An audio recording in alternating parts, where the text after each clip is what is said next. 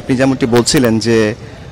Ever কেয়ারের সামনে বা এভার কেয়ার হাসপাতালে যিনি ভর্তি আছেন বিএনপি চেয়ারপারসন এবং সাবেক প্রধানমন্ত্রী বেগম খালেদা জিয়ার স্বাস্থ্যের যে অবস্থা, আপনি দেখতেই পাচ্ছেন যে আমি এভার কেয়ারের সামনে এখন অবস্থান করছি এবং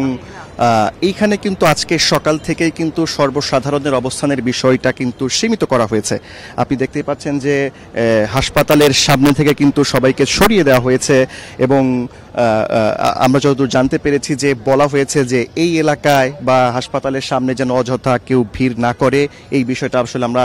জানতে পেরেছি। কেননা আপনি জানেন যে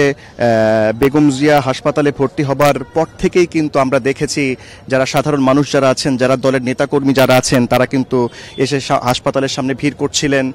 বেগম জিয়ার স্বাস্থ্যের খোঁজখবর নিচ্ছিলেন, যার কারণে কিন্তু যারা হাসপাতালে চিকিৎসা নিতে আসছিলেন তাদের অনেকটা ভোগান্তি পোহাতে হচ্ছিল। এই বিষয়টি মাথায় রেখেই হয়তোবা হাসপাতালের সামনে অবস্থানের বিষয়টি সীমিত করা হয়েছে। কিন্তু